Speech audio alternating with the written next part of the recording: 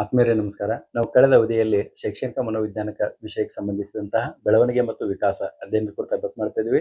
ಅದರಲ್ಲಿಯೂ ಕೂಡ ವಿಶೇಷವಾಗಿ ನಾವು ವಿಕಾಸದ ಹಂತಗಳು ಮತ್ತು ಅವುಗಳ ಲಕ್ಷಣಗಳನ್ನ ಅಭ್ಯಾಸ ಮಾಡ್ತಾ ಇದ್ದೀವಿ.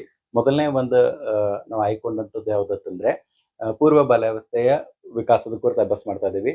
ಅದರಲ್ಲೂ ಕೂಡ ಪೂರ್ವ ಬಾಲ್ಯಾವಸ್ಥೆಯ ಒಂದು ವಿಕಾಸಕ್ಕೆ ಸಂಬಂಧಪಟ್ಟಂತ 3 ಅಂಶಗಳ ಕುರಿತು ನಾವು ಅಭ್ಯಾಸ ಮಾಡಿದ್ದೀವಿ.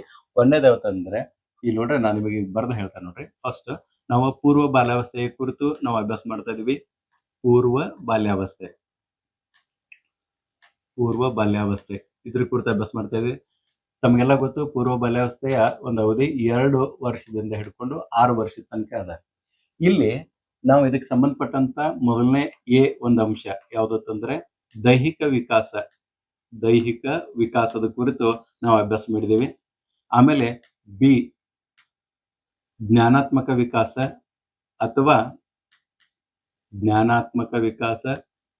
ಅಥವಾ ಮಾನಸಿಕ ವಿಕಾಸ ಅಂತ ಹೇಳಿ ಕರೀತಾರೆ, ಅಥವಾ ಬೌದ್ಧಿಕ ವಿಕಾಸ ಅಂತ ಹೇಳಿ ಕರೀತಾರೆ. ಅದ್ರ ಕುರಿತು ಅಭ್ಯಾಸ ಮಾಡಿದ್ದೀವಿ. ಮತ್ತು ಸಿ ಸಾಮಾಜಿಕ ವಿಕಾಸ. ಈ 3 ಅಂಶಗಳ ಕುರಿತು ಕಳೆದ ಅವಧಿಯಲ್ಲಿ ನಾವು ಅಭ್ಯಾಸ ಮಾಡಿದ್ದೀವಿ. ಇವತ್ತಿನ ಅವಧಿಯಲ್ಲಿ ಇದಕ್ಕೆ ಸಂಬಂಧಿಸಿದಂತ ಪೂರ್ವ ಬಾಲ್ಯಾವಸ್ಥೆಗೆ ಸಂಬಂಧಿಸಿದ ಇನ್ನು 2 ಅಂಶಗಳದಾವ. ಆ 2 ಅಂಶಗಳನ್ನ ನಾವು ಅಭ್ಯಾಸ ಮಾಡೋದದ. ಅವು ಯಾವತ್ತಂದ್ರೆ ಡಿ 4ನೇದು ಯಾವ್ದಂದ್ರೆ ಸಂವೇಗಾತ್ಮಕ ವಿಕಾಸ ಮತ್ತು ಈ ನೈತಿಕ ವಿಕಾಸ. ಈ 2 ಅಂಶಗಳನ್ನ ಅಭ್ಯಾಸ ಮಾಡಿದ್ವಿ ಅಂತ ತಿಳ್ಕೊಳ್ರಿ, ಪೂರ್ವ ಬಾಲ್ಯಾವಸ್ಥೆಯ ಸಂಪೂರ್ಣ ಅಧ್ಯಯನ ಮಾಡಿದಂಗ ಆಗ್ತದ. ಸೊ ಇವತ್ತ ನಾವು ಏನು ತಡ ಮಾಡದೆ ಈ 2 ಅಂಶಗಳ ಕುರಿತು ತಿಳ್ಕೊಳ್ಳುವಂತ ಪ್ರಯತ್ನ ಮಾಡೋಣ. ಮೊದಲನೇದು ಸಂವೇಗಾತ್ಮಕ ವಿಕಾಸ ಅಂತದಲ್ಲ. ಸಂವೇಗ ಅಂತಂದ್ರೆ ಏನು? ಇಲ್ಲಿ ಪಿ.ಟಿ. ಯುಂಗ್ ಅವರು ಒಂದು ವೈಜ್ಞಾನಿಕ ವ್ಯಾಖ್ಯಾನ ಕೊಟ್ಟಿದ್ದಾರೆ. ಆ ವ್ಯಾಖ್ಯಾನದ ಪ್ರಕಾರ ವ್ಯಕ್ತಿಯ ವಿಚಲಿತ ಮನಸ್ಥಿತಿಯನ್ನ ಸಂವೇಗ ಎಂದು ಕರೀತಾರೆ ಅಂತ ತಿಳ್ಕೊಂಡು ಹೇಳಿದಾರೆ ಅವರು. ವ್ಯಕ್ತಿಯ ವಿಚಲಿತ ಅಂದ್ರೆ ವ್ಯಕ್ತಿಯ ಕದಡಿದ ಮನಸ್ಥಿತಿಯೇ ಸಂವೇಗ ಅಂತ ಹೇಳ್ತಾರೆ. ಹಂಗಾದ್ರೆ ವ್ಯಕ್ತಿಯ ಈ ಕದಡಿದ ಮನಸ್ಥಿತಿ ಯಾಕೆ ಆಗ್ತದೆ? ಇದಕ್ಕೆ ಕಾರಣ ಏನಂತಂದ್ರ ಒಂದ್ ಸಿಂಪಲ್ ಆಗಿ ತಿಳ್ಕೊಡ್ರಿ. ಈ ಕದಡಿದ ಮನಸ್ಥಿತಿ ಏನೈತಿಲ್ಲ, ಇದು ವ್ಯಕ್ತಿಯ ಮಾನಸಿಕ ಸನ್ನಿವೇಶದ ಒಳಗೆ ತಯಾರಾಗ್ತದೆ. ನಮ್ಮ ಮೈಂಡ್ದಾಗ ಏನಾಗ್ತದೆ ಹೇಳ್ರಿ, ಆ ಮಾನಸಿಕ ಸನ್ನಿವೇಶ ತಯಾರಾಗ್ತದೆ. ಅದರಿಂದ ಸ್ವಾಯತ್ತ ನರಗಳು ಏನಿದಾವಲ್ಲ, ಸ್ವಾಯತ್ತ ನರವ್ಯೂಹದ ಕ್ರಿಯೆ ನಡೀತದ. ಇದರ ಪ್ರತಿಫಲವಾಗಿ ಮನಸ್ಸು ಕದಡಿ ಬಿಡ್ತದ. ಆ ಕದಡದ ಮನಸ್ಥಿತಿಗೆ ನಾವು ಏನಂತ ಕರಿತೀವಿ ಅಂತಂದ್ರೆ ಸಂವೇಗ ಅಂತ ಹೇಳಿ ಕರಿತೇವಿ. ಓಕೆ, ಸೊ ಈ ಸಂವೇಗಗಳು ಏನಿದಾವಲ್ಲ, ಉದಾಹರಣೆಗೆ ಹಂಗಾದ್ರೆ ಸಂವೇಗ ಅಂದ್ರೆ ಗೊತ್ತಾಯ್ತು, ಕದಡಿದ ಮನಸ್ಥಿತಿ ಸಂವೇಗ ಅಂತೇವೆ ಅನ್ನೋದು ಗೊತ್ತಾಯ್ತು. ಹಾಗಾದ್ರೆ ಸಂವೇಗಗಳು ಯಾವುವು? ಆ ಸಂವೇಗದಾಗ ಪ್ರಕಾರಗಳು 2 ರೀತಿ ಸಂವೇಗಗಳು ಇರ್ತಾವ. ಒಂದು ಧನಾತ್ಮಕ ಸಂವೇಗಗಳು ಮತ್ತು ಇನ್ನೊಂದು ಋಣಾತ್ಮಕ ಸಂವೇಗಗಳು ಅಂತ ಇರ್ತಾವ. ಈಗ ಧನಾತ್ಮಕದಾಗ ಬಂತ ತಿಳ್ಕೊಳ್ರಿ, ಹರ್ಷ ವ್ಯಕ್ತಪಡಿಸೋದು, ಆ ಖುಷಿಯಿಂದ ಇರೋದು, ಇವು ಎಲ್ಲಾನು ಕೂಡ ಏನ್ ಹೇಳ್ರಿ, ಪ್ರೀತಿಯಿಂದ ಇರೋದು, ವಾತ್ಸಲ್ಯದಿಂದ ಇರೋದು, ಇವೆಲ್ಲಾನು ಕೂಡ ಧನಾತ್ಮಕ ಸಂವೇಗಗಳು. ಇನ್ನು ಋಣಾತ್ಮಕ ಅಂದ್ರೆ ಕೋಪಗೊಳ್ಳೋದು, ಭಯಗೊಳ್ಳೋದು, ಅಸೂಯೆ ಪಡೋದು, ಇವೆಲ್ಲಾನು ಕೂಡ ಋಣಾತ್ಮಕ ಸಂವೇಗಗಳಾಗ್ತಾವ. ಓಕೆ, ಇನ್ನು ಮುಂದುವರೆದಕ್ಕೆ ಸಂಬಂಧಪಟ್ಟಂತೆ ನಾವು ನೋಡೋದಾಯ್ತು ಅಂತ ತಿಳ್ಕೊಳ್ರಿ. ಪೂರ್ವ ಬಾಲ್ಯದ ಸಂವೇಗಗಳ ಗುಣಲಕ್ಷಣಗಳು ಯಾವ ರೀತಿ ಇರ್ತಾವಂತಂದ್ರ, ಪೂರ್ವ ಬಾಲ್ಯದ ಸಂವೇಗಗಳು ಏನಿರ್ತಾವಲ್ಲ, ಅವು ಸರಳವಾಗಿರ್ತಾವ. ಮೊದಲನೇ ಅಂಶ ನೀವು ನೆನ್ಪಿಟ್ಕೊಳ್ಬೇಕು, ಅವು ಸರಳವಾಗಿರ್ತಾವ. ಕೇವಲ ನಿರ್ದಿಷ್ಟ ವಸ್ತುಗಳಿಗೆ ಮಾತ್ರ ಸೀಮಿತವಾಗಿರ್ತಾವ. ಕೆಲವು ವಸ್ತುಗಳಿಗೆ ಮಾತ್ರ ಅವ್ರ ಸಂವೇಗಗಳು ಇರ್ತಾವ. ಈ ವಸ್ತುಗಳಿಗೆ ಯಾವ ರೀತಿಯ ಸರಳವಾಗಿರ್ತಾವ ಮತ್ತು ನಿರ್ದಿಷ್ಟವಾಗಿರ್ತಾವ ಅನ್ನೋದು ಮುಂದಿನ ಉದಾಹರಣೆದಾಗ ನಾನು ನಿಮ್ಗೆ ಹೇಳ್ತೇನೆ. ಇದು ಒಂದೇದು ಗೊತ್ತಿರಲಿ. ಎರಡನೇದು, ಆ ಸಂವೇಗಗಳು ತಾತ್ಕಾಲಿಕವಾಗಿರ್ತಾವ. ಕ್ಷಣಿಕ ಬದಲಾವಣೆ ಅಂದ್ರೆ ಅಳುತ್ತಿರುವಂತ ಮಗುವಿಗೆ ಒಂದ್ ಚಾಕ್ಲೇಟ್ ಕೊಟ್ರ ಒಮ್ಮೆ ಆ ನಗುವಿಗೆ ಕನ್ವರ್ಟ್ ಆಗಿಬಿಡ್ತದೆ. ಸೊ ತಾತ್ಕಾಲಿಕವಾಗಿರ್ತಾವ, ಸರಳವಾಗಿರ್ತಾವ, ನಿರ್ದಿಷ್ಟ ವಸ್ತುಗಳಿಗೆ ಮಾತ್ರ ಸೀಮಿತ ಆಗಿರ್ತಾವ. ಇನ್ನು ಮುಂದುವರೆದ 3ನೇ ಅಂಶ ನೀವು ತಿಳ್ಕೊಳ್ಬೇಕು. ಆದ್ರೆ ಇವುಗಳ ತೀವ್ರತೆ ಇರ್ತದಲ್ಲ, ವಸ್ತು ಸಣ್ಣದಾದ್ರೂ ಕೂಡ ಅದರ ತೀವ್ರತೆ ಭಯಂಕರ ಇರ್ತದೆ. ಸಣ್ಣ ಕಾರಣಕ್ಕೂ ದೊಡ್ಡ ಮತ್ತು ವಿಪರೀತ ಪ್ರತಿಕ್ರಿಯೆ ಅಂತ ಇರ್ತಾವ. ಈಗ ಉದಾಹರಣೆಗೆ ಒಂದು ಬೇಕರಿಗೆ ನೀವು ಕರ್ಕೊಂಡು ಹೋಗಿದ್ರಿ, ಅಲ್ಲಿ ಅದೊಂದು ಕೇಕ್ ಬಿಡ್ತದ, ಆ ಗ್ಲಾಸ್ ಒಳಗೆ ನೋಡ್ತದ ಕೇಕ್ ಬೇಕಂತ ಹೇಳ್ತದ. ನೀವು ಇಲ್ಲ ತಂದು ಕೊಡ್ಲಿ ಕೈ ನಿಮ್ನ ಬಿಡಿಸ್ಕೊಂಡು ಒಮ್ಮೆ ರೋಡ್ ಮ್ಯಾಗ ಅದು ಓಡಾಡಕ್ ಶುರು ಮಾಡಿಬಿಡ್ತದೆ. ಗೊತ್ತಾಯ್ತಲ್ಲ? ಹಿಂಗಾಗಿ ಅದ್ರ ವಿಪರೀತ ಎಷ್ಟು ಹೇಳ್ರಿ, ಪೂರ್ತಿ ಹಾಯ್ ಇರ್ತದ. ಹೇಳ್ತಿಲ್ಲ, ವಿಪರೀತ ಪ್ರತಿಕ್ರಿಯೆ ಎಕ್ದಮ್ ಹಾಯ್ ಇರ್ತದ. ಬಟ್ ಟೈಮ್ ಅದು ಕಡಿಮೆ ಇರ್ತದೆ. ಇಲ್ಲಿ ನೋಡ್ರಿ, ಸಮಯ ಏನಿತ್ಲಿ ಅದೇನು ದೀರ್ಘಾವಧಿ ತನಕ ಇರಂಗಿಲ್ಲ, ಅದ್ರದ್ದು ಕೂಡ ಕಡಿಮೆ ಇರ್ತದೆ.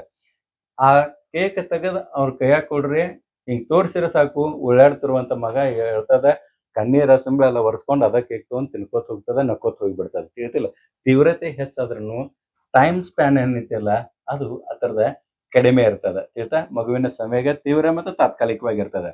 ಮತ್ತೆ ವಯಸ್ಕರಲ್ಲಿ ಹಂಗಿರಂಗಿಲ್ಲ. ವಯಸ್ಕರಲ್ಲಿ ಅದು ಬ್ಯಾರೆನೇ ಇರ್ತದ. ಅವು ಕೋಡ್ಚಿರೋನು ಕೂಡ ಕೆಲವು ದಿವಸಕ್ಕೆ ಹಂಗಿರ್ತಾವ. ಈಗ ನಾವು ಅಭ್ಯಾಸ ಮಾಡ್ತಿರೋದು ಯಾವುದು 2ರಿಂದ 6 ವರ್ಷದ ಮಕ್ಕಳು, ಪೂರ್ವ ಬಾಲ್ಯಾವಸ್ಥೆಯ ಮಕ್ಕಳದ ಸಂವೇಗ ಈ ರೀತಿ ಇರ್ತದ. ಆಮೇಲೆ ಈ ಹಂತದ ಮಕ್ಕಳಿಗೆ 4ನೇ ಅಂಶ ನೆನ್ಪಿಡ್ಬೇಕು, ಸಂವೇಗಗಳ ಮೇಲೆ ನಿಯಂತ್ರಣದ ಕೊರತೆ ಇರ್ತದ. ಕಂಟ್ರೋಲ್ ಇರಂಗಿಲ್ಲ. ಕಂಟ್ರೋಲ್ ಇತ್ತಂತ ತಿಳ್ಕೊಳ್ರಿ. ಈಗ ಒಂದ್ ಕೇಕ್ ಬೇಡದಿತ್ತು ಅಂದ ಕೂಡಲೇ ನೀವು ಇಲ್ಲ ನಾಳೆ ಕೊಡಿಸ್ತಾನ ಅಂತಂದ್ರೆ ಅದು ಓಕೆ ನಾಳೆ ಕೊಡಿಸ್ತಂತ ಅನ್ನಂಗಿಲ್ಲ. ಈ ವರ್ಷದ ಮಕ್ಕಳು ಹೆಚ್ಚಾನೆಚ್ಚ ಹಠ ಮಾಡೋದು ಹಿಂಗ ಮಾಡೋದು ಮಾಡ್ತಾರ. ಕೆಲವೊಂದೇ ರೇರ್ ಮಕ್ಕಳು ಓಕೆ ಅಂತ ಹೇಳ್ಬೋದು. ತಿಳಿತಿಲ್ಲ. ಸೊ ನಿಯಂತ್ರಣದ ಕೊರತೆ ಆದಾಗ ಮಕ್ಕಳು ಯಾವ ರೀತಿ ಪ್ರತಿಕ್ರಿಯೆ ತೋರ್ತಾರಂತಂದ್ರೆ ಉಗುರು ಕಚ್ಚೋದು. ಕೆಲವೊಂದು ಸಣ್ಣ ಮಕ್ಕಳು ನೋಡಿರ್ಬೇಕು ನಾವು. ಉಗುರು ಕಚ್ಚೋದ, ಹೆಬ್ಬರಳು ಚಿಕ್ಕೋದು, ಸಿಕ್ಕಂತ ವಸ್ತುಗಳನ್ನ ಒದ್ಕೊಂತ ಹೋಗೋದು. ಈ ಫಾರ್ ಎಕ್ಸಾಂಪಲ್ ನಾ ಹೇಳ ಈಗ ಕೇಕ್ ಬೇಡದನ ಕೊಡ್ಸಿಲ್ಲ ಅದ್ ನೆಲಕ್ ಬಿದ್ದು ಓಡಾಡ್ತಾ. ಹಂಗ ಹಠ ಮಾಡಿ ಒಂದ್ 2 ಗಜ್ ಹಾಕಿ ನೀವು ತಗೊಂಡ್ ಹೊಂಟ್ರ ತಿಳ್ಕೊಳ್ರಿ. ಹೋಗುವಾಗ ಸುಮ್ ಹೋಗಂಗಿಲ್ಲ ಹುಡುಗ. ಹೋಗೋತ್ನ್ಯಾಗ ಯಾವ ವಸ್ತುಗಳು ಸಿಗ್ತಾವಲ್ಲ ಅದನ್ನು ಬಡ್ಕೊಂತ ಹೋಗೋದು. ಕಾಲಾಗ ಏನ್ರ ಬಿದ್ರ ಅದನ್ನ ಒದ್ಕೋತ ಹೋಗೋದು. ಇಂಥವೆಲ್ಲ ಪ್ರತಿಕ್ರಿಯೆಗಳನ್ನ ಮಕ್ಕಳು ತೋರ್ತಿರ್ತಾರ. ಇದ್ ತಾವು ಗಮನಿಸಿರಬಹುದು. ಇನ್ ನೆಕ್ಸ್ಟ್ ಈಗಾಗಲೇ ಹೇಳ್ದಂಗೆ ಸಂವೇಗಗಳಲ್ಲಿ 2 ಪ್ರಕಾರದವ. ಒಂದು ಧನಾತ್ಮಕ, ಇನ್ನೊಂದು ಋಣಾತ್ಮಕ. ಮೊದಲು ಈ ಋಣಾತ್ಮಕ ಸಂವೇಗಗಳೇನಿದಾವಲ್ಲ ಇವುಗಳ ಕುರಿತ ನಾವು ನೋಡೋಣ. ಋಣಾತ್ಮಕ ಸಂವೇಗಗಳು ಇದ್ರಾಗ ಯಾವತ್ತಂದ್ರ ಮೊದಲನೇದು ಭಯ, 2ನೇದು ಕೋಪ, 3ನೇದು ಅಸೂಯೆ. ಯಾಕ ಭಯಗೊಳ್ತದ ಮಗು, ಯಾಕ ಕೋಪಗೊಳ್ತದ, ಮತ್ತು ಯಾಕ ಅಸಹ್ಯ ಪಡ್ತದ, ಮತ್ತು ಯಾವಾಗ ಅಸಹ್ಯ ಪಡ್ತದ, ಇವುಗಳನ್ನ ನಾವು ನೋಡ್ಬೇಕು. ಇವೆಲ್ಲಾನು ಸಂವೇಗಗಳು, ಎಮೋಷನ್ಸ್ ಅಂತಂದ. ಓಕೆ, ಎಮೋಷನ್ ಯಾವುದು ಭಯ. ಭಯ ಯಾಕೆ ಗೊಳ್ತದ ಅನ್ನೋದಕ್ಕೆ ಕಾರಣ ಹೇಳ್ತಾನೆ ನೋಡ್ರಿ. ಒಂದನೇದು ಭಯ ಯಾಕೆ ಗೊಳ್ತದಂದ್ರ ಮನಿಯೊಳಗ ಅಪರಿಚಿತ ವ್ಯಕ್ತಿಗಳು ಬಂದ್ರ, ಬೇರೆ ಬೇರೆ ಪ್ರಾಣಿಗಳು ನೋಡಿದಕ್ಕೆ, ಕಲ್ಪಿತ ದೆವ್ವಗಳು ಅವ್ರಿಗೆ ಗೊತ್ತಿರಂಗಿಲ್ಲ. ಮನ್ಯಾಗ ಹೇಳಿರ್ತಾರಲ್ಲ ಸುಮ್ಮ ಊಟ ಮಾಡ ಇಲ್ಲಕ ದೆವ್ವ ಬರ್ತಿದ್ ನೋಡು ಹಿಂಗ್ ಹೇಳಿರ್ತಾರಲ್ಲ. ಇಂಥ ಒಂದು ಇದಕ್ಕಂದ್ರೆ ಸನ್ನಿವೇಶಗಳಿಗೆ ಮಗು ಏನ್ ಆಗ್ತದ, ಭಯ ಪಡ್ತದ. ಭಯ ಪಟ್ಟಾಗ ಅದ್ರ ಪ್ರತಿಕ್ರಿಯೆ, ಅನುಕ್ರಿಯೆ ಹೆಂಗಿರ್ತದ, ರೆಸ್ಪಾನ್ಸ್ ಹೆಂಗಿರ್ತದ, ಅಡಗಿಕೊಳ್ಳೋದು, ಕಿರುಚುವುದು ಎಲ್ಲ ಮಾಡ್ತದ. ಈಗ ಆಟ ಆಡ್ಕೋತ ಸಣ್ಣ ಹುಡುಗ ಕೂತಿರ್ತದ ಮನೆಯೊಳಗೆ. ಒಂದ್ 2-3 ವರ್ಷದ ಹುಡುಗ ಕುಂತಿರ್ತದ. ಹೊರಗಿಂದ ಒಬ್ರು ವ್ಯಕ್ತಿ ಇದಾರ, ನೋಡಿಲ್ಲ ಈ ಮೊದಲು ಯಾವಾಗೂ ಆ ಹುಡುಗ ನೋಡಿಲ್ಲ. ಆ ಮಗು ಒಮ್ಮೆ ವ್ಯಕ್ತಿಯನ್ನು ನೋಡಿದ ಕೂಡಲೇ ಹುಡ್ಕೋತ್ ಒಳಗೆ ಹೋಗ್ತದ. ಅವ್ರ ಅವಾಗ ಹೇಳ್ತದ ಯಾರು ಬಂದಾರ ಅಂತ ಹೇಳ್ತಾರೆ. ಗೊತ್ತಾಯ್ತಿಲ್ಲ. ಸೊ ಅದು ಹೋಗೋದು ಮನ್ಯಾಗ ಹೇಳಕಂತಲ್ಲ, ಅದು ಹೆದರ್ ಓಡ್ಬಿಟ್ಟಿರ್ತದ. ಗೊತ್ತಾಯ್ತಾ. ಆಮೇಲೆ ಒಮ್ಮೆ ಪ್ರಾಣಿಗಳನ್ನ ನೋಡಿದಾಗ, ದೊಡ್ಡ ದೊಡ್ಡ ಪ್ರಾಣಿಗಳನ್ನ ನೋಡಿದಾಗ ಕಿರ್ಚೋದು ಇದೆಲ್ಲ ಮಾಡ್ತಾವ. ಇನ್ನು 2ನೇದು ಕೋಪ. 2ನೇ ಸಂವೇಗ ಕೋಪ. ಇದು ಕೋಪ ಎದಕ್ ಬರ್ತದತ್ತಂದ್ರ ಆತರ ಆಡ್ಕೋಂತ ಕುಂತಿರ್ತದ. ಒಬ್ಬರ ಮನ್ಯಾಗ ಸುಮ್ ಬೇಕಂತ ಹೇಳಿ ಮಾಡ್ತಿರ್ತಾರ. ಅದ್ ಆಟ ಆಡ್ಕೋತ ಕುಂತಿರಾಗ ಅದ್ರದೊಂದು ಆಟಿಕೆ ಅಂತ ತೆಗದ ಮುಚ್ಚಿಟ್ಬಿಡ್ತಾರ. ಅವಾಗ ಅದ ಏನಾಗ್ತದ ಹೇಳ್ರಿ, ಕೋಪಗೊಳ್ತದ, ಸಿಟ್ಟಿಗೆ ಬರ್ತದ. ಆಮೇಲೆ ಕೆಲವೊಂದಿಷ್ಟು ಬಯಕೆಗಳು ಇರ್ತಾವ, ಅದನ್ನ ಈಡೇರ್ಸಂಗಿಲ್ಲ ಮನ್ಯಾಗ. ಅವಾಗೂ ಕೂಡ ಅದಕ್ಕೆ ಕೋಪಗೊಳ್ತದ. ಪ್ರತಿಕ್ರಿಯೆ ಹೆಂಗಿರ್ತದ, ಅದ್ರ ಬಯಕೆ ಈಡೇರ್ಲಿಲ್ಲ ಆ ಶಿಕ್ಷಕವ್ರನ್ನೆಲ್ಲ ಹೊಡಿತದ ಮನ್ಯಾಗ. ಅವನು ಹೊಡಿತದ, ಅಪ್ಪನ ಹೊಡಿತದ. ಯಾರು ಎತ್ಕೊಂಡ್ರ ಅದನ್ನ ರಮಿಸ್ಬೇಕಂತಾರಲ್ಲ ಅವ್ರನ್ನೆಲ್ಲಾರನು ಹೊಡಕ್ ಶುರು ಮಾಡ್ತದ. ಮತ್ತೆ ಸಿಕ್ಕಂತ ವಸ್ತುಗಳನ್ನ, ತನಗ್ ಬೇಕಾದ ವಸ್ತು ಕೈಯಾಗ ಸಿಗೋ ತನಕ ಅದ್ರ ಕೈಯಾಗ ಸಿಕ್ಕಂತ ವಸ್ತುಗಳನ್ನೆಲ್ಲಾನು ಕೂಡ ಬಿಸಾಡಿ ಬಿಡ್ತದ. ಆಯ್ತಾ. ಇದು ಪ್ರತಿಕ್ರಿಯೆ. ಇನ್ನು 3ನೇದ್ ನೋಡ್ರಿ, ಪೋಷಕರ ಗಮನ ಬೇರೆಯವ್ರ ಕಡೆಗೆ ಹೋದಾಗ. ಅಸೂಯೆ ಯಾಕಾಗ್ತದ ಅನ್ನೋದಕ್ಕೆ ನೋಡ್ರೆ 3ನೇದು. ಪೋಷಕರ ಗಮನ ಬೇರೆಯವ್ರ ಕಡೆಗೆ ಹೋಯ್ತು ಅಂತ ತಿಳ್ಕೊಂಡ್ರೆ ಅವಾಗ ಮಗು ಅಸಹ್ಯ ಪಡ್ತದ. ಇಲ್ಲೊಂದ್ ಚಿತ್ರದ ಇದನ್ನ ಅಬ್ಸರ್ವ್ ಮಾಡ್ರಿ. ಈ ಚಿತ್ರದಾಗ ತಂದೆ ಮಗಳ ಕೈಯನ್ನ ಹಿಡ್ದಾನ, ಮಗನ ಕೈಯನ್ನ ಹಿಡ್ದಿಲ್ಲ. ಇದು ಇಷ್ಟ ರೀಸನ್ ಸಾಕು ಅವ್ರಿಗೆ. ನನ್ನ ಕಡೆಗೆ ಲಕ್ಷ ಕೊಡಾನಿಲ್ಲ ಅನ್ನೋದು ಮಗು ಗೊತ್ತಾದ್ರೆ ಅದು ಈ ಮಗುವಿನ ಮೇಲೆ, ಹೆಣ್ಮಗುವಿನ ಮೇಲೆ ಅದೇನ್ ಮಾಡ್ತದ ಹೇಳ್ರಿ, ತಂಗಿ ಮೇಲೆ ಅಸೂಯೆ ಪಡ್ತದ. ಇದರಿಂದ ಅದು ಹಠಮಾರಿತನ ಮತ್ತೆ ಜಗಳಕೊಳ್ತದ. ಅದಕ್ಕೆ ಪಾಲಕರಾದವರು ಅದಕ್ಕೆ ಇದು ಯಾವ ಗುಣಗಳು ಬರಬಾರ್ದಂಗ ಬೆಳೆಸೋದೈತಿಲ್ಲ, ಅದು ಬಹಳ ಜವಾಬ್ದಾರಿಯುತ ಕೆಲಸ ಅದ. ಆಯ್ತಾ. ಇನ್ನ ಪಾಸಿಟಿವ್ ಇದು ಎಮೋಷನ್ ನೋಡ್ಬೇಕಾದ್ರೆ, ಧನಾತ್ಮಕ ಸಂವೇದನೆಗಳನ್ನ ನೋಡ್ಬೇಕಾದ್ರೆ ಇದ್ರಾಗ 1ನೇದು ಕುತೂಹಲ, ಕ್ಯೂರಿಯಾಸಿಟಿ. ಇದು ಬಹಳ ಇಂಪಾರ್ಟೆಂಟ್ ಅದ. 2ನೇದು ಪ್ರೀತಿ, ವಾತ್ಸಲ್ಯ. 3ನೇದು ಹರ್ಷ. ಯಾವಾಗ ಅದು ಹರ್ಷಗೊಳಗಾಗ್ತದೆ ಇದನ್ನ ನೋಡ್ತಾ ಹೋಗೋಣ ನೋಡ. ಈಗ 1ನೇದ್ ನೋಡ್ರಿ, ಕುತೂಹಲ. ಈ ಹಂತದ ಎಲ್ಲಾ ಮಕ್ಕಳಿಗೂ, 2ರಿಂದ 6 ವರ್ಷದ ಮಕ್ಕಳಿಗೆ ಕುತೂಹಲ ಸಿಕ್ಕಾಪಟ್ಟಿರ್ತದೆ. ಪ್ರತಿಯೊಂದು ವಸ್ತುವಿನ ಕುರಿತು, ಪ್ರತಿಯೊಂದು ವಿಷಯದ ಕುರಿತು ಕುತೂಹಲ ಇರ್ತದ. ಆ ಕುತೂಹಲತೆಯನ್ನು ತಾವು ಕೈಬೇಕು. ಕುತೂಹಲದಿಂದ ಅದ್ ಕುತೂಹಲ ಹೆಂಗ್ ಬೆಳೆಸ್ಕೊಳ್ತದ ಅಂದ್ರ, ಹೊಸ ಪರಿಸರ ಮತ್ತು ಅನ್ವೇಷಣೆ ಮಾಡಿದಾಗ, ಹೊಸ ಸ್ಥಳದಾಗ ಹೋದ ಕೂಡಲೇ ಒಮ್ಮೆ ಶಾಕ್ ಆಗಿಬಿಡ್ತದ. ಶಾಕ್ ಆಗಿ ಅದೇನ್ ಇದೇನು ಎಲ್ಲಾ ಕಡೆ ಕೇಳಕ್ ಶುರು ಮಾಡ್ತದ. ಆ ಎಲ್ಲಾ ಪರಿಸರದಾಗ ಓಡಾಡಕ್ ಶುರು ಮಾಡ್ತದ. ಆಯ್ತಾ. ಹಿರಿಯರನ್ನು ನಿರಂತರವಾಗಿ ಪ್ರಶ್ನೆ ಮಾಡೋದನ್ನ ಕಲಿತದ. ಈ ಸಂದರ್ಭದಾಗ ಹಿರಿಯರು ಏನ್ ಮಾಡ್ಬೇಕು, ಆ ಕೇಳಿದಂತ ಪ್ರಶ್ನೆಗಳಿಗೆ ಉತ್ತರಿಸೋದನ್ನ ಕಲಿಬೇಕು. ಶಾಲೆಯಿಂದ ಮಕ್ಕಳನ್ನ ಹೊರಗಡೆ ಕರ್ಕೊಂಡು ಹೋದಾಗೂ ಕೂಡ ಮಕ್ಕಳು ಅದನ್ನ ಮಾಡ್ತಿರ್ತಾವ. ಬಹಳಷ್ಟು ಪ್ರಶ್ನೆ ಕೇಳ್ತಿರ್ತಾವ. ಅವಾಗ ಟೀಚರ್ಸ್ ಆದವರು ಕೂಡ ಅದನ್ನ ಉತ್ತರಿಸುವಂತ ಕೆಲಸವನ್ನ ಮಾಡ್ಬೇಕು. ಗೊತ್ತಾಯ್ತಾ. ಇನ್ನ ಇದು ಒಂದನೇದಾಯ್ತು, ಕುತೂಹಲ ಆಯ್ತು. ಇನ್ನು ಎರಡನೇದು ಪ್ರೀತಿ ಮತ್ತು ವಿಶ್ವಾಸ ವಾತ್ಸಲ್ಯ, ಇದು ಎರಡನೇದು. ಇದಕ್ಕೆ ಉದ್ದೀಪನ ಏನಂತಂದ್ರೆ ಪೋಷಕರು, ಸ್ನೇಹಿತರು ಮತ್ತು ನಿರ್ಜೀವ ವಸ್ತುಗಳು. ಯಾರ ಕುರಿತ ಈ ಹಂತದಾಗ ಮಕ್ಕಳು ಪ್ರೀತಿ ವಾತ್ಸಲ್ಯವನ್ನ ಮತ್ತು ಅಟ್ಯಾಚ್ಮೆಂಟ್ ಅನ್ನ ಬೆಳೆಸ್ಕೊಳ್ತಾ ಅಂತಂದ್ರೆ ಪೋಷಕರು, ತಂದೆ ತಾಯಿಗಳ ಕುರಿತು, ಅಜ್ಜ ಅಜ್ಜಿ ಕುರಿತು, ಮನ್ಯಾಗ ಇರ್ತಾರಲ್ಲ ಎಲ್ಲ ಸದಸ್ಯರ ಕುರಿತು ಪ್ರೀತಿ ವಾತ್ಸಲ್ಯವನ್ನ, ತನಗೆ ಯಾರು ಪ್ರೀತಿ ಮಾಡ್ತಾರಲ್ಲ ಅವ್ರ ಎಲ್ಲಾರ ಬದ್ಲಿನೂ ಕೂಡ ಅದ ಪ್ರೀತಿಯನ್ನ ಹೊಂದಿರ್ತದೆ. ಮತ್ತೆ ಕೆಲವೊಂದಿಷ್ಟು ನಿರ್ಜೀವ ವಸ್ತುಗಳ ಕುರಿತು ಕೂಡ ಅದು ಪ್ರೀತಿಯನ್ನು ಹೊಂದಿರ್ತದೆ. ನಿರ್ಜೀವ ವಸ್ತುಗಳಂದ್ರೆ ಅದಕ್ಕೆ ಚೆನ್ನಾಗಿರುತ್ತೆ, ಬರ್ಡೇಗೆ ಯಾರೋ ಒಂದು ಗೊಂಬೆ ತಂದು ಕೊಟ್ಟಿರ್ತಾರೆ, ಆ ಗೊಂಬೆನ್ ಬಿಟ್ಟು ಒಟ್ಟ ಹೇಗಣಂಗಿಲ್ಲ ಮಗು. ಊಟ ಮಾಡ್ಬೇಕಾದ್ರೆ ಒಂದು ಸೈಡಿಗೆ ಕುಣಿಸ್ಕೊಂಡು ಅದು ಸಣ್ಣ ಪ್ಲೇಟ್ದಾಗ ಅದಕ್ಕೆ ಊಟ ತೆಗೆದು ಇಡ್ತದೆ. ಯಾಕಂದ್ರೆ ಅದು ತಿಂತದ ಅಂತ ತಿಳ್ಕೊಂಡು ಅದ್ರ ಕಲ್ಪನೆ. ಮತ್ತ್ ತಂದೆ ತಾಯಿಗಳಾದವ್ರು ಅದ್ ತಿನ್ನನಿಲ್ಲ ಕೇಳಿದ್ರು ಅದನ್ನ ಒಂದ್ ಸ್ವಲ್ಪ ಆ ಕಡೆ ಈ ಕಡೆ ಮಾಡಿ ಅದನ್ನ ಮುಚ್ಚಿಟ್ಬಿಡ್ತಾರೆ, ಗೊತ್ತಾಯ್ತಿಲ್ಲ. ಸೊ ತಿಂದಿತ್ತ ಅಂತ ಹೇಳ್ತಾರೆ. ಈ ರೀತಿ ಅಟ್ಯಾಚ್ಮೆಂಟ್ ಇರ್ತದೆ. ಮಲಗುತ್ನ್ಯಾಗ ತನ್ನ ಪಕ್ಕಕ್ಕ ಆ ಗೊಂಬೆನೂ ಇರ್ಬೇಕಂತ ಹೇಳಿ ಬಯಸ್ತದೆ. ಈ ಅಟ್ಯಾಚ್ಮೆಂಟ್ಸ್ ಎಲ್ಲಾನು ಬೀಳ್ತದೆ. ಇನ್ನು ಯಾವಾಗ ಅದು ಹರ್ಷಕ್ಕೆ ಒಳಗಾಗ್ತದೆ, ಮೂರನೇ ಅಂಶ ಹರ್ಷ. ಯಾವಾಗ ಅದು ಆನಂದಕ್ಕೆ ಒಳಗಾಗ್ತದೆ, ಹರ್ಷಕ್ಕೆ ಒಳಗಾಗ್ತದೆ ಅಂತಂದ್ರೆ ಉತ್ತಮ ಆರೋಗ್ಯ, ಅಗತ್ಯತೆಗಳ ಪೂರೈಕೆ ಮತ್ತು ಹೊಗಳಿಕೆ. ಆತರ ಹೆಲ್ತ್ ಚಲೋ ಇದ್ದಾಗ ಅಗ್ರಿ ಖುಷಿಯಾಗಿರ್ತದೆ. ಸೊ ಸಣ್ಣ ಮಕ್ಕಳ ಹೆಲ್ತ್ ಬಹಳ ಇಂಪಾರ್ಟೆಂಟ್ ಅದ. ಎರಡನೇದು ಅದು ಏನ್ ಬೇಡಿರ್ತದ ಅದನ್ನ ತಂದೆ ತಾಯಿಗಳು ಕೊಡಿಸಿದಾಗ ಅದು ಬಹಳ ಖುಷಿಯಿಂದ ಇರ್ತದೆ. ಮತ್ತು ಹೊಗಳಿಕೆ, ಈ ಹಂತದ ಮಕ್ಕಳಿಗೆ ಹೊಗಳಿಕೆ ಬಹಳ ಇಂಪಾರ್ಟೆಂಟ್ ಇರ್ತದೆ ಖುಷಿಯಾಗಿ ಬರೀಬೇಕಾದ್ರೆ. ಈಗ ಏನಾರ ಒಂದ್ ಕೆಲಸ ಮಾಡ್ಕೊಂಡ್ ಕುಂತದ ತೋರ್ಸ್ತದ, ಪಪ್ಪ ಇದು ಹೆಂಗ್ ಮಾಡಿದ ನೋಡ ಅಂತ ಹೇಳಿ ಒಂದ್ ಕಾಗದ ಮಾಡಿ ಏನೋ ಒಂದು ಮಾಡಿರ್ತದ, ಅದ್ರ ಇಮ್ಯಾಜಿನ್ದಾಗ ಅದೊಂದು ಬೇರೆ ಇರ್ತದ. ಇದು ವಿಮಾನ ಮಾಡಿದಾನ ಅಂತ ಹೇಳಿ ತೋರಿಸ್ತದ. ವಿಮಾನ ಅಂತ ಹೇಳಿ ತೋರಿಸಿದಾಗ ನೀವು ಅದು ಕಾಣದಿದ್ರು ಪರವಾಗಿಲ್ಲ, ಓಯ್ ಚೆನ್ನಾಗಿ ಮಾಡಿದೀವಿ, ವೆರಿ ಗುಡ್ ಅಂತ ಅನ್ಬೇಕು. ಹೊಗಳ್ತು ಅದು ಕ್ರಿಯೇಟಿವ್ ಕೆಲಸಗಳನ್ನ ಮತ್ತೆ ಮುಂದುವರಿಸ್ತದೆ. ಇದಂತ ವಿಮಾನ ಅಂತ ಹೇಳಿ ನೀವು ನಕ್ಕಿರ ಅಂತ ತಿಳ್ಕೊಳ್ರಿ, ಮತ್ ಅದ್ರ ಕ್ರಿಯೇಟಿವಿಟಿಯನ್ನ ನೀವು ಹಾಳು ಮಾಡಿದಂಗ ಆಗ್ತದೆ, ಗೊತ್ತಾಯ್ತಾ. ಸೊ ಹರ್ಷವಾಗ್ತದೆ. ಇನ್ ನೆಕ್ಸ್ಟ್ ಐದನೇದು ನೈತಿಕ ವಿಕಾಸ. ಈ ಅಂತದ ಈ ಒಂದು ಭಾಗಕ್ಕೆ ಸಂಬಂಧಿಸಿದಂತೆ ಇದು ಕೊನೆಯದು. ಇಲ್ಲಿ ನೈತಿಕ ವಿಕಾಸ ಅಂತಂದ್ರೆ ಏನು, ಇದ್ರ ಅರ್ಥವನ್ನು ನೋಡ್ಕೊಳ್ಬೇಕು. ನೈತಿಕತೆ ಅಂತಂದ್ರೆ ಏನ್ ಹೇಳ್ರಿ, ಸರಿ ತಪ್ಪು ಒಳಿತು ಕೆಡುಕುಗಳನ್ನ ಅರಿಯುವುದೇ ನೈತಿಕ ವಿಕಾಸ ಅಂತಂದಂಗ. ಅದನ್ನ ಅರ್ಕೊಂಡ್ರೆ ನೈತಿಕ ವಿಕಾಸ ನಮ್ ಡೆವಲಪ್ ಆಗಿತ್ತು ಅನ್ನಂಗ. ಸರಿ ತಪ್ಪು ಒಳಿತು ಕೆಡುಕುಗಳ ಅರಿಯುವಿಕೆಯೇ ನೈತಿಕ ವಿಕಾಸ ಅಂತಂದಂಗ. ಸಮಾಜ ಒಪ್ಪಿದ ಮೌಲ್ಯಗಳು, ಪ್ರಾಮಾಣಿಕತೆ, ದಯೆ, ವಿಧೇಯತೆಯನ್ನು ತೋರುವುದು ಇದೆಲ್ಲ, ಇದೆಲ್ಲಾನು ಕೂಡ ನೈತಿಕ ವಿಕಾಸದ ಲಕ್ಷಣಗಳು ಅಂತ ಹೇಳ್ತೀವಿ. ಲಾರೆನ್ಸ್ ಕೋಹಲ್ಬರ್ಗ್ ಅವರು ಈ ನೈತಿಕ ವಿಕಾಸದ ಮೇಲೆ ಒಂದು ಸಿದ್ಧಾಂತವನ್ನು ಮಂಡಿಸಿದ್ದಾರೆ.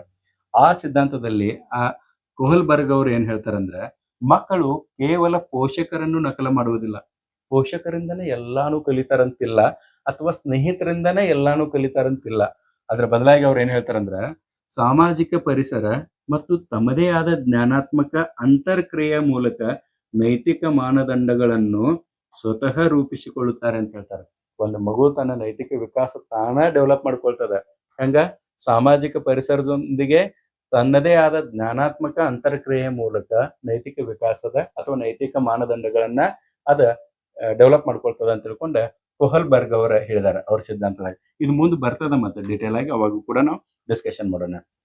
ಪೂರ್ವ ಬಾಲ್ಯಾವಸ್ಥೆಯಲ್ಲಿ ನೈತಿಕತೆಯ ತಳಹದಿ ಯಾವುದು, ಬೇಸ್ ಯಾವ್ದು, ಅದಕ್ಕೆ ನೈತಿಕ ಗುಣಗಳು ಬರ್ಬೇಕಾದ್ರ ನಾವ್ ಹೇಳ್ತೇವೆ ಮಾರಲಿಟಿ ಬಹಳ ಬೇಕು, ನೈತಿಕತೆ ಐತಿಲ್ಲೋ ಅಂತ ಹೇಳಿ ಬೈತಿರ್ತಾರ ಮಕ್ಕಳ ಸ್ಕೂಲ್ದಾಗೆಲ್ಲಾನು ಕೂಡ ಟೀಚರ್ಸ ಮಕ್ಕಳಿಗೆ ಬೈತಿರ್ತಾರ. ಆ ನೈತಿಕತೆ ತಳಹದಿ ಯಾವ್ದು ಅನ್ನೋದು ನೋಡ್ರಿ. ಒಂದನೇದು ತಳಹದಿ ಇದಕ್ಕೆ ಯಾವ್ದು ಹೇಳ್ರಿ, ಮೊದಲನೇದು ಅನುಕರಣೆ. ಯಾರನ್ನ ನೋಡಿ ಮಗು ಅನುಕರಣೆ ಮಾಡ್ತದೆ, ಹಿರಿಯರನ್ನು ಸತತವಾಗಿ ವೀಕ್ಷಿಸಿ ಒಳ್ಳೆಯದು ಕೆಟ್ಟದ್ದು ಎಂದು ತಿಳಿಯುತ್ತಾರೆ.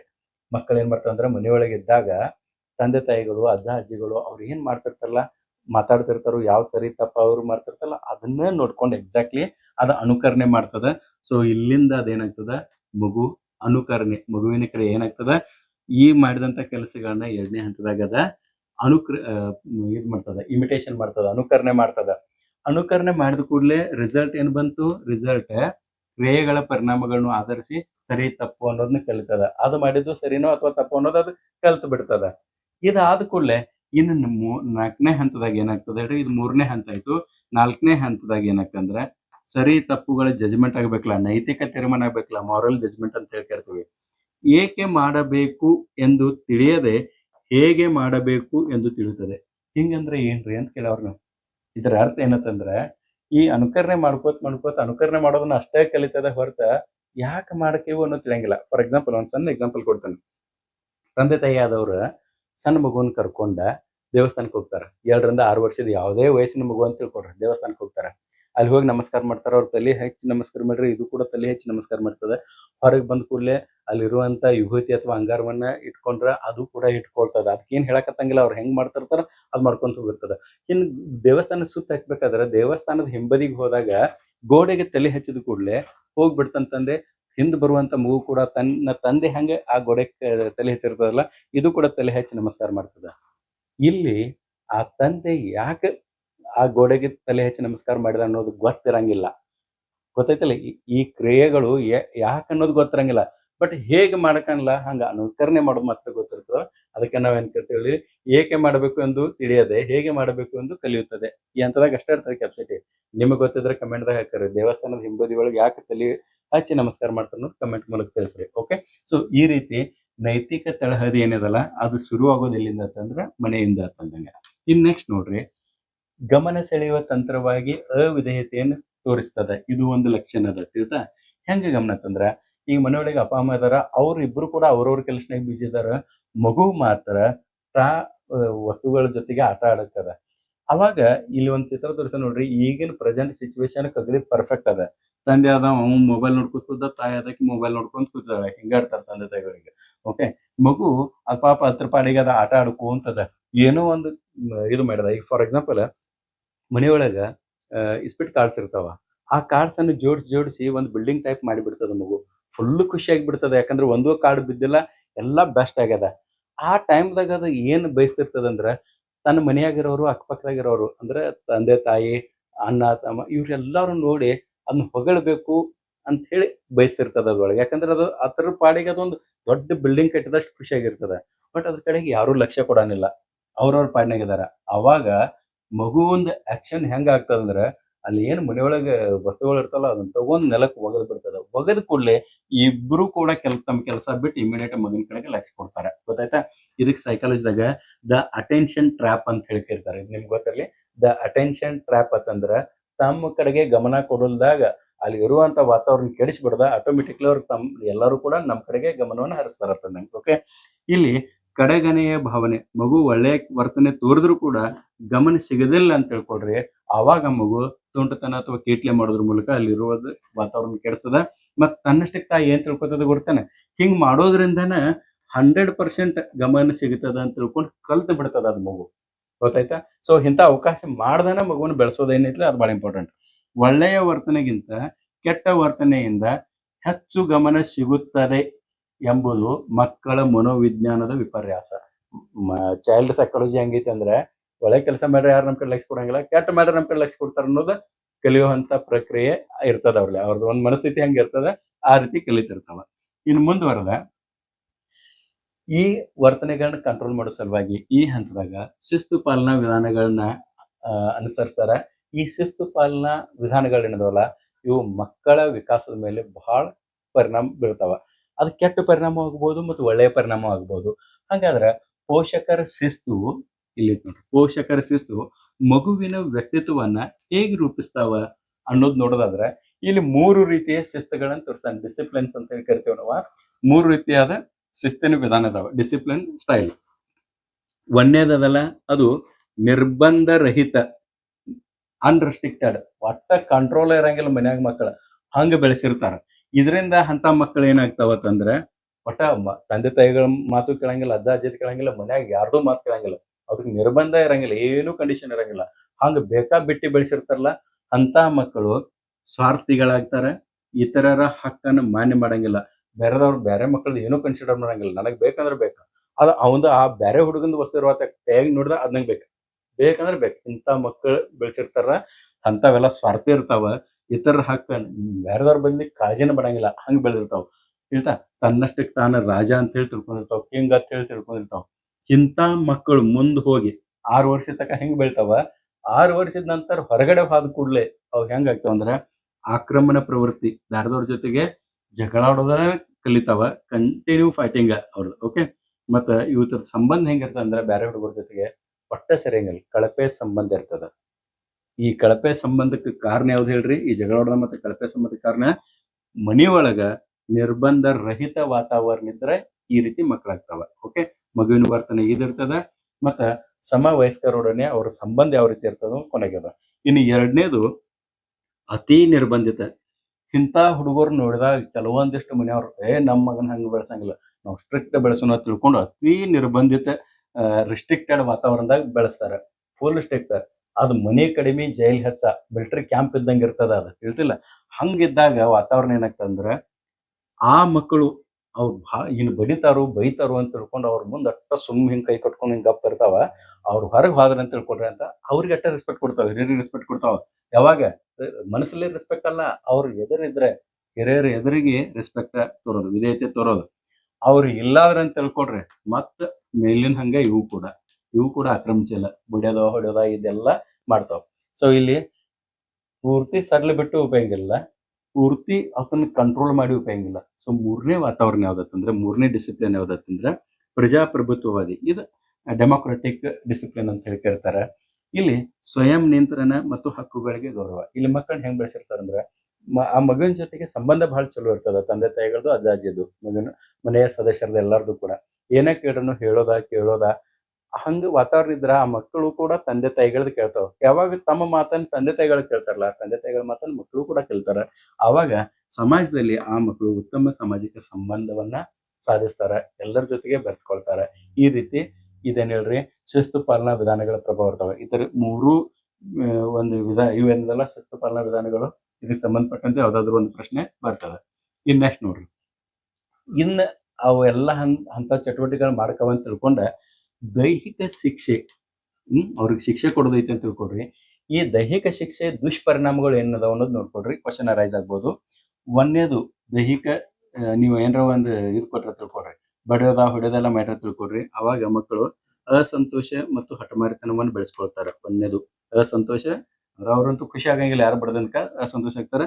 ಹಠಮಾರಿತನ, ಪ್ರತಿಯೊಂದು ಹಠ ಮಾಡೋದು, ಅಲ್ಲೇ ಗೆಲ್ಲಂಗಿಲ್ಲ, ಅದು ಹಠ ಮಾಡೋದು ಹೆಚ್ಚಾಕೊಂತ ಹೋಗ್ತದೆ. ಜೀವನದ ಬಗ್ಗೆ ಋಣಾತ್ಮಕ ಭಾವನೆ ಬೆಳೀತದೆ, ಮನೋಧೋರಣೆ ಬೆಳೆಸ್ಕೊಳ್ತಾರೆ. ಎರಡನೇದಾಗ ಅಪಸಮಾಯೋಜನೆ, ಮಾಲ್ ಅಡ್ಜಸ್ಟ್ಮೆಂಟ್ ಅಂತ ಹೇಳಿ ಕರಿತೇವೆ. ಸಮಾಜದೊಂದಿಗೆ ಬೆರೆಯಲು ಮತ್ತು ಹೊಂದಿಕೊಳ್ಳಲು ಸಾಧ್ಯವಾಗದಿರುವಿಕೆ, ಮಾಲ್ ಅಡ್ಜಸ್ಟ್ಮೆಂಟ್, ಅಪಸಮಾಯೋಜನೆ. ಆಮೇಲೆ ಥರ್ಡ್ ಪಾಯಿಂಟ್, ಬಾಲಾಪರಾಧಿಗಳಾಗ್ತಾರೆ. ಇದಕ್ಕೆ ಜುವೆನೈಲ್ ಡೆಲಿಕ್ವೆನ್ಸಿ ಅಂತ ಹೇಳಿ ಕರೀತಾರೆ. ಯುವಕರಲ್ಲಿ ಕಾನೂನು ವಿರೋಧಿ ಮತ್ತು ಅಪರಾಧಿ ವರ್ತನೆಗಳು ಹೆಚ್ಚಾಗಿ ಕಾಣ್ತಾವ. ಈ ರೀತಿ ಆಗ್ಬಿಡ್ತದೆ. ಇನ್ನು ಮುಂದುವರೆದ ಸಂವೇಗಗಳು ಮತ್ತು ನೈತಿಕತೆಯ ಬೆಸುಗೆ ಯಾವ ರೀತಿ ಕೂಡಿರ್ತಾವೋ ಇವೆರಡೂ ಕೂಡ, ಈಗ ನಾವು ಜ್ಞಾನಾತ್ಮಕ ಮತ್ತು ಸಾಮಾಜಿಕ ಇದು ವಿಕಾಸಗಳು ಕೂಡಿದ್ರೆ ಏನಾಗ್ತದ ನೋಡಿದಿಲ್ಲ, ಹಂಗೆ ಇಲ್ಲಿ ಹೆಂಗಿರ್ತಂದ್ರೆ ಸಂವೇಗ ಮತ್ತು ನೈತಿಕ. ಸಂವೇಗ ಅನ್ನೋದು ಮನಸ್ಸಿಗೆ ಸಂಬಂಧಿಸಿದಂತ ವಿಷಯದ. ಉದಾಹರಣೆಗೆ ನಾನು ಏನು ಅನುಭವಿಸ್ತೇನೆ, ಆರಾಮಾಗಿದಾನೋ ಇಲ್ಲೋ, ಇದನ್ನ ಯೋಚನೆ ಮಾಡ್ತದ ಮನಸ್ಸು. ನೈತಿಕತೆ ಅನ್ನೋದು ಏನ್ ಮಾಡ್ತದಂದ್ರೆ ಬುದ್ಧಿ ಕಂಟ್ರೋಲ್ ಮಾಡ್ತದ. ನಾನು ಏನು ಮಾಡುವುದು ಸರಿ, ಆರಾಮಿದಾನ ಇದು ಸರಿನೋ ಅಥವಾ ಬೇರೆ ಮಾಡೋದು ಸರಿನೋ, ಸರಿ ತಪ್ಪುಗಳನ್ನ ಆಲೋಚನೆ ಇಲ್ಲಿ ಬುದ್ಧಿ ಮಾಡ್ತದ. ಇಲ್ಲಿ ಸಂವೇಗಗಳನ್ನ ಅನುಭವಿಸೋದು ಮನಸ್ಸು ಮಾಡ್ತದ. ಗೊತ್ತಾಯ್ತಾ? ಸೊ ಈ ಎರಡು ತರ ನಡುವೆ ಸಂಬಂಧ ಈ ರೀತಿ ಇರ್ತದೆ. ಉತ್ತಮ ಸಂವೇಗಾತ್ಮಕ ವಿಕಾಸ ಏನಿರ್ತದಲ್ಲ, ಅದು ಉತ್ತಮ ನೈತಿಕತೆಗೆ ದಾರಿ ಮಾಡಿಕೊಡ್ತದೆ. ಅದಕ್ಕೆ ಪ್ರಜಾಪ್ರಭುತ್ವವಾದಿ ಶಿಸ್ತು ಏನದಲ್ಲ, ಅದು ಈ ಎರಡೂ ಕೂಡ ಏನ್ ಮಾಡ್ತದೆ ಹೇಳ್ರಿ, ಪೋಷಣೆ ಏನ್ ಮಾಡ್ತದ, ಬೆಳೆಸ್ತದ, ಡೆವಲಪ್ ಮಾಡ್ತದ ಅಂತಂದ್ರೆ. ಓಕೆ, ಇನ್ನ ನೆಕ್ಸ್ಟ್ ನೋಡ್ರಿ, ಈ ಒಂದು ಎರಡು ಅಂಶಗಳಿಗೆ ಸಂಬಂಧಪಟ್ಟಂತೆ ಇವತ್ತಿನ ಅಧ್ಯಾಯದಲ್ಲಿ ನಾವು ಸಂವೇಗಾತ್ಮಕ ವಿಕಾಸ ಮತ್ತು ನೈತಿಕ ವಿಕಾಸದ ಕುರಿತು ಅಭ್ಯಾಸ ಮಾಡಿದೀವಿ. ಮಗುವಿನ ವಿಕಾಸಕ್ಕೆ ಸಂಬಂಧಪಟ್ಟಂತೆ ಅದರಾಗೂ ಕೂಡ ಯಾವ್ದ ಪೂರ್ವ ಬಾಲ್ಯ, ನೆನ್ಪಿಟ್ಕೊಡ್ರಿ, ಪೂರ್ವ ಬಾಲ್ಯಾವಸ್ಥೆಯ ನೈತಿಕ ವಿಕಾಸದ ಕುರಿತು ಮತ್ತು ಸಂವೇಗಾತ್ಮಕ ವಿಕಾಸದ ಕುರಿತು ಅಭ್ಯಾಸ ಮಾಡಿದ್ವಿ. ಏಜ್ 2 to 6 ಇದು ಪದೇ ಪದೇ ಹೇಳತ್ತಾನೆ, ಯಾಕಂದ್ರೆ ನಿಮ್ಗೆ ನೆನ್ಪು ಉಳಿಬೇಕಾದ. ಓಕೆ, ಸಂವೇಗಾತ್ಮಕ ವಿಕಾಸದಲ್ಲಿ ನಾವು ಯಾವ ಅಂಶಗಳನ್ನ ಅಭ್ಯಾಸ ಮಾಡಿದ್ವಿ? ಈ ಹಂತದ ಸಂವೇಗಗಳು ತೀವ್ರವಾಗಿರ್ತಾವ, ಬಟ್ ತಾತ್ಕಾಲಿಕವಾಗಿರ್ತಾವ. ಆಮೇಲೆ ಈ ಸಂವೇಗಗಳನ್ನ ಎರಡು ರೀತಿ ನಾವು ವಿಂಗಡಣೆ ಮಾಡ್ತೀವಿ. ಋಣಾತ್ಮಕ, ಭಯ, ಕೋಪ ಮತ್ತು ಅಸೂಯೆ, ಇವ ಋಣಾತ್ಮಕ. ಮತ್ತು ಧನಾತ್ಮಕ ಸಂವೇಗಗಳು ಅಂತಂದ್ರೆ ಕುತೂಹಲ, ಪ್ರೀತಿ ಮತ್ತು ಹರ್ಷ, ಇವ ಏನ್ ಹೇಳ್ರಿ, ಧನಾತ್ಮಕ ಸಂವೇಗಗಳು. ಇನ್ನು ನೈತಿಕತೆಗೆ ಸಂಬಂಧಪಟ್ಟಂತೆ ಸರಿ ತಪ್ಪುಗಳ ಅರಿವು, ಕೊಹಲ್ಬರ್ಗ್ ಅವ್ರು ಏನ್ ನೀಡಿದಾರಲ್ಲ ಆ ರೀತಿ ಮಕ್ಕಳ ಸರಿ ತಪ್ಪುಗಳ ಕುರಿತು ನಾವು ತಿಳ್ಕೊಂಡಿದೀವಿ. ಆಮೇಲೆ ಕಲಿಕೆ ಪರಿಣಾಮ ಮತ್ತು ಅನುಕರಣೆಯ ಮೂಲಕ ಆಗ್ತದೆ. ಕಲಿಕೆ ಹೆಂಗಾಗ್ತದೆ? ಪರಿಣಾಮ ಮತ್ತು ಅನುಕರಣೆ ಮೂಲಕ. ತಂದೆ ತಾಯಿಗಳು, ಹಿರಿಯರು ಏನ್ ಮಾಡ್ತಾರಲ್ಲ ಅದನ್ನ ನೋಡಿ ಅದನ್ನ ಅನುಕರಣೆ ಮಾಡಿ ಆಮೇಲೆ ಅದ್ರ ಪರಿಣಾಮ ಏನಾಗ್ತದೆ ಅನ್ನೋದನ್ನ ಮಾಡ್ಕೋದ್ರ ಮೂಲಕ ಅದು ಕಲಿಕೆ ಉಂಟಾಗ್ತದೆ. ಆಮೇಲೆ ಇಲ್ಲಿ ಶಿಸ್ತು ಏನದಲ್ಲ, ಅದು ಬಹಳ ಇಂಪಾರ್ಟೆಂಟ್ ಅದ ಈ ಹಂತದಾಗ. ಸೊ ಅತಿ ನಿರ್ಬಂಧ ಬಾಲಾಪರಾಧಿ ಏನಾಗಿ ಮಾಡ್ತದೆ, ಮತ್ತು ಪ್ರಜಾಪ್ರಭುತ್ವ ಶಿಸ್ತು ಏನದಲ್ಲ ಅದು ಸರ್ವಾಂಗೀಣ ವಿಕಾಸಕ್ಕೆ ನಮಗ ಸಹಾಯ ಮಾಡ್ತದ ಅಂತ ಹೇಳಿ ಹೇಳ್ತೀವಿ. ಇನ್ನು ಮುಂದುವರೆದು ಇನ್ನ ಮುಗುದಿಲ್ಲ, ಈ ಒಂದು ಪೀರಿಯಡ್ದಾಗ ಅವಧಿ ಒಳಗ ಯಾವ್ಯಾವ ಶಬ್ದಗಳು ಬಂದಿದಾವ ಅನ್ನೋದನ್ನ ಒಂದ್ಸಲ ನೀವು ರಿಪೀಟ್ ಮಾಡ್ಕೊಡ್ರಿ. ಈಗ ನಾವು ಸಂವೇಗಾತ್ಮಕ ವಿಕಾಸ ಏನದಲ್ಲ ಅದಕ್ಕೆ ಸಂಬಂಧಪಟ್ಟಂತೆ ಒಂದೇದು ಶಬ್ದ ಯಾವ್ದಾ ಎಮೋಷನ್ ಅಂತೇಳಿ. ಎಮೋಷನ್ ಅಂದ್ರೆ ಸಂವೇಗ, ವ್ಯಕ್ತಿಯ ಕದಡಿದ ಮನಸ್ಥಿತಿ ನೆನ್ಪಿಟ್ಕೊಡು. ವ್ಯಕ್ತಿಯ ಕದಡಿದ ಮನಸ್ಥಿತಿಗೆ ಸಂವೇಗ ಅಂತೇವಿ, ಇಂಗ್ಲಿಷ್ನಾಗ ಅದಕ್ಕೆ ಎಮೋಷನ್ ಅಂತ ಹೇಳ್ತೀವಿ. ಎರಡನೇದು ಸ್ಟಿಮ್ಯುಲಸ್ ಅಂತೇಳಿ, ಇಲ್ಲಿ ಉದ್ದೀಪನ. ಉದ್ದೀಪನ ಅಂದ್ರೆ ಪ್ರತಿಕ್ರಿಯೆಗೆ ಕಾರಣವಾಗುವಂತ ಅಂಶ, ಅದಕ್ಕೆ ಸ್ಟಿಮ್ಯುಲಸ್ ಅಂತ ಹೇಳಿ ಕರಿತೀವಿ. ಇನ್ ನೆಕ್ಸ್ಟ್ ಅದರದ ಮುಂದಿನ ಭಾಗದ ರೆಸ್ಪಾನ್ಸ್ ಅಂತದ. ರೆಸ್ಪಾನ್ಸ್ ಅಂದ್ರೆ ಅನುಕ್ರಿಯೆ, ಅಂದ್ರೆ ಉದ್ದೀಪನಕ್ಕೆ ತೋರುವ ಪ್ರತಿಕ್ರಿಯೆಗೆ ನಾವು ಏನಂತೀವಿ, ಅನುಕ್ರಿಯೆ ಅಂತ ಹೇಳಿ ಕರಿತೀವಿ. ಇಂಗ್ಲಿಷ್ನಾಗ ಅದಕ್ಕೆ ರೆಸ್ಪಾನ್ಸ್ ಅಂತ ಹೇಳಿ ಕರಿತೀವಿ. ಇನ್ ನಾಲ್ಕನೇ ಶಬ್ದ ಯಾವ್ದತ್ತಂದ್ರ ಆಟೋನಾಮಿಕ್ ನರ್ವಸ್ ಸಿಸ್ಟಮ್ ಅಂತ ಹೇಳಿ, ಸ್ವಾಯತ್ತ ನರವ್ಯೂಹ ತಂದಂಗ. ನಮ್ ನರವ್ಯೂಹದಾಗ ತನ್ನನ್ ತಾನ ವಿಚಾರ ಮಾಡುವಂತ ಪ್ರಕ್ರಿಯೆ ಏನ್ ನಡೀತದಲ್ಲ, ಮೆದುಳಿನಾಗ ನರವ್ಯೂಹ ಯೋಚನೆ ಮಾಡ್ತದ. ಅದಕ್ಕೆ ನಾವ್ ಏನ್ ಕರಿತೀವಿ, ಆಟೋನಾಮಿಕ್ ನರ್ವಸ್ ಸಿಸ್ಟಮ್ ಅಂತ ಹೇಳಿ ಕರಿತೀವಿ. ಸಾರಿ. ಇನ್ ನೆಕ್ಸ್ಟ್ ನೋಡ್ರಿ, ನೈತಿಕ ವಿಕಾಸಕ್ಕೆ ಸಂಬಂಧಿಸಿದಂತ ಕೆಲವೊಂದಿಷ್ಟು ಶಬ್ದಗಳನ್ನ. ಒಂದನೇ ಶಬ್ದ ಯಾವುದು? ಒಂದನೇ ಶಬ್ದ ಮೊರಾಲಿಟಿ, ನೈತಿಕತೆ ಅನ್ನಂಗೆ, ಸರಿ ತಪ್ಪುಗಳ ಅರಿವು. ಇದಕ್ಕೆ ನಾವು ನೈತಿಕತೆ ಅಂತ ಹೇಳಿ ಕರಿತೀವಿ, ಇಂಗ್ಲಿಷ್ನಾಗ ಮೊರಾಲಿಟಿ ಅಂತ ಹೇಳಿ ಕರಿತೀವಿ. ಎರಡನೇದ ಇಮಿಟೇಷನ್ ಅನ್ನೋ ಶಬ್ದದ ಅನುಕರಣೆ ಅಂತ ಹೇಳಿ ಕನ್ನಡನಾಗ ಕರಿತೀವಿ. ಹಿರಿಯರನ್ನು ನೋಡಿ ಕಲಿಯೋದಕ್ಕೆ ನಾವು ಇಮಿಟೇಷನ್, ಅನುಕರಣೆ ಅಂತ ಹೇಳಿ ಕರಿತೀವಿ. ಮೂರನೇ ಶಬ್ದ ಮಾಲ್ ಅಡ್ಜಸ್ಟ್ಮೆಂಟ್ ಅಂತ ಹೇಳಿ, ಅಪಸಮಾಯೋಜನೆ ಅಂತ ಹೇಳಿ ಕನ್ನಡನಲ್ಲಿ ಕರಿತೇವೆ. ಸೊ ಅಪಸಮಾಯೋಜನೆ ಯೋಜನೆ ಅಂತಂದ್ರೆ ಸಮಾಜದೊಡನೆ ಹೊಂದಿಕೊಳ್ಳದಿರುವಿಕೆ ಅಂತ ಹೇಳಿ. ಆಮೇಲೆ ನಾಲ್ಕನೇದು ಈ ಶಬ್ದವನ್ನು ನೆನ್ಪಿಡ್ರಿ, ಜುವೆನೈಲ್ ಡೆಲಿಕ್ವೆನ್ಸಿ ಅಂತೇಳಿ, ಬಾಲಾಪರಾಧಿ, ಕಾನೂನು ವಿರೋಧಿ ವರ್ತನೆಯನ್ನು ತೋರೋದು. ಯುವಕರು ಕಾನೂನು ವಿರೋಧಿ ಚಟುವಟಿಕೆಗಳನ್ನ ಮಾಡೋದೇನೈತಲ್ಲ, ವರ್ತನೆ ತೋರೋದು, ಅದಕ್ಕೆ ಜುವೆನೈಲ್ ಡೆಲಿಕ್ವೆನ್ಸಿ ಅಂತ ಹೇಳಿ ಕರಿತೀವಿ. ಬಾಲಾಪರಾಧಿ ಅನ್ನೋದು ಇದರ ಅರ್ಥ. ಇನ್ನ ಒಂದು ಟೆಸ್ಟ್, ಸಣ್ಣ ಟೆಸ್ಟ್ ಇರ್ತದ, ಮೌಲ್ಯಮಾಪನ. ಇದ್ರಾಗ ನೋಡ್ರಿ, ಒಂದನೇ ಪ್ರಶ್ನೆ ಏನಂತಂದ್ರೆ, ಸಂವೇಗ ಎಂದರೆ ಜೀವಿಯ ವಿಚಲಿತ ಸ್ಥಿತಿ ಎಂದು ವ್ಯಾಖ್ಯಾನಿಸಿದವರು ಯಾರು? ರೋಹಲ್ಬರ್ಗ, ಯುಟಿ ಯಂಗ. ಯಾರು ಸಂವೇಗ ತಂದ್ರ ವಿಚಲಿತ ಸ್ಥಿತಿ, ಜೀವಿಯ ವಿಚಲಿತ ಸ್ಥಿತಿ ಅಂತ ಹೇಳಿ ಕರೆದವ್ರು ಯಾರು ಹೇಳ್ರಿ? ನೆನಪಿಸಾಗಬಾರ್ದು, ಪಿ.ಟಿ. ಯಂಗ್. ಪಿ.ಟಿ. ಯಂಗ್ ಅಂತ ಏನಿದಾರಲ್ಲ ಇವ್ರು ಕರೆದಾರ. ಎರಡನೇ ಪ್ರಶ್ನೆ, ಚಿಕ್ಕ ಮಕ್ಕಳು ಸರಿ ಮತ್ತು ತಪ್ಪುಗಳನ್ನು ಯಾವುದರ ಆಧಾರದ ಮೇಲೆ ತೀರ್ಮಾನಿಸುತ್ತಾರೆ? ತರ್ಕ ಅಥವಾ ಕ್ರಿಯೆಗಳ ಪರಿಣಾಮಗಳು. ಬಿ ಅನ್ಸರ್ ಅದರಲ್ಲಿ ಕ್ರಿಯೆಗಳ ಪರಿಣಾಮಗಳು. ಇನ್ನು ಮೂರನೇ ಪ್ರಶ್ನೆ, ಯಾವ ಶಿಸ್ತು ಪಾಲನಾ ವಿಧಾನ, ಇಲ್ಲಿ ವಿಧಾನ ಅಂತ ಮಾಡ್ಕೊಡ್ರಿ, ವಿಧಾನ ಮಗುವಿನ ವಿಕಾಸಕ್ಕೆ ಅತ್ಯುತ್ತಮವಾಗಿದೆ? ಅತಿ ನಿರ್ಬಂಧಿತ ಮತ್ತು ಪ್ರಜಾಪ್ರಭುತ್ವ. ಪ್ರಜಾಪ್ರಭುತ್ವ ಏನಿದೆಯಲ್ಲ ಇದು ಪರ್ಫೆಕ್ಟ್ ಆಗ್ಯದ. ಇನ್ ನೆಕ್ಸ್ಟ್ ಮುಂದಿನ ಹಂತದಲ್ಲಿ ನಾವು ಉತ್ತರ ಬಾಲ್ಯಾವಸ್ಥೆಯ ವಿಕಾಸದ ಕುರಿತು ಅಭ್ಯಾಸ ಮಾಡೋಣ. ಮತ್ತು ಉತ್ತರ ಬಾಲ್ಯಾವಸ್ಥೆದಾಗ ಇವ 5 ಅಂಶಗಳು ಬರ್ತಾವ. ದೈಹಿಕ ವಿಕಾಸ, ಎರಡನೇ ಜ್ಞಾನಾತ್ಮಕ ವಿಕಾಸ, ಮೂರನೇ ಸಾಮಾಜಿಕ ವಿಕಾಸ, ನಾಲ್ಕನೇ ಸಂವೇಗಾತ್ಮಕ ವಿಕಾಸ, ಮತ್ತು ಐದನೇದು ನೈತಿಕ ವಿಕಾಸ. ಸೊ ಈ ಅಂಶಗಳನ್ನ ಮುಂದಿನ ಅವಧಿಯಲ್ಲಿ ಅಭ್ಯಾಸ ಮಾಡೋಣ. ಮತ್ತು ಈ ಒಂದು ಅವಧಿಯೊಳಗೆ ಹೇಳಿದ್ನ ತಮ್ಗೆ ಏನಾದರೂ ತಿಳಿದಿದ್ರೆ ತಾವು ಕಮೆಂಟ್ ಮೂಲಕ ಪ್ರಶ್ನೆಗಳನ್ನ ಹಾಕ್ರಿ, ಅದನ್ನು ಉತ್ತರಿಸುವಂತ ಪ್ರಯತ್ನ ಮಾಡ್ತೀನಿ. ನಮಸ್ಕಾರ.